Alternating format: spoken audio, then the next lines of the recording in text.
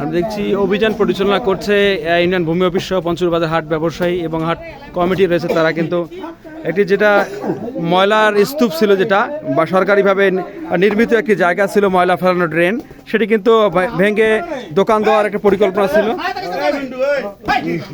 এবং পঞ্চপুকুর হাট ব্যবসায়ী হাট কমিটি হাজির ইজরাদার এখানকার যে ভূমি অফিসের কর্মকর্তা রয়েছেন তারা কিন্তু ভেঙে দিচ্ছেন। এবং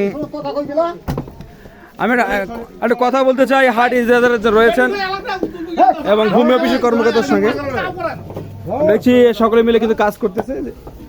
ময়লা ফেলার যে জায়গাটা ছিল সেটি মূলত ভেঙে দোকান দেওয়ার পরিকল্পনা ছিল। সেই জায়গাটি কিন্তু মূলত সকল হাট ব্যবসায়ী এবং ইজরাদার হাট কমিটি ভূমি অফিসের সকল কর্মকর্তা মিলে কিন্তু এই জায়গাটি উচ্ছেদ করছে।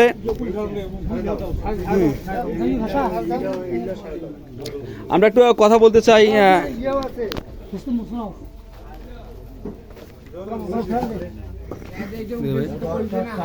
আমরা এই কাজটা আপনাদের কাছে কি মনে হচ্ছে বলেন?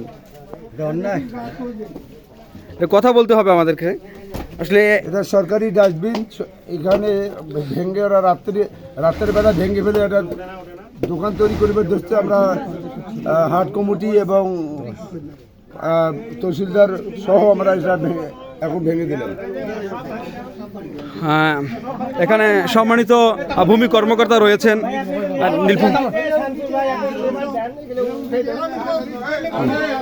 স্যার, এটা একটু আমি বিস্তারিত যদি জানাতেন, এই উচ্ছেদ করার পিছনে কারণটা কি?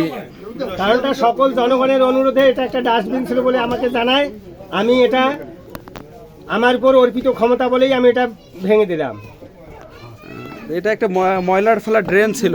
আসলে এই জায়গাটা ভেঙে কতটা আসলে আপনি দণ্ডনীয় অপরাধ মনে করছেন কিনা? আমি কেন দণ্ডনীয় অপরাধ মনে করব?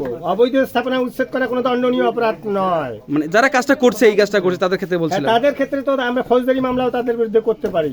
যদি তারা দ্বিতীয়বার কোনো প্রচেষ্টা গ্রহণ করে তাহলে আমাদের তার বিরুদ্ধে ফৌজদারি ধারায় মামলা করব।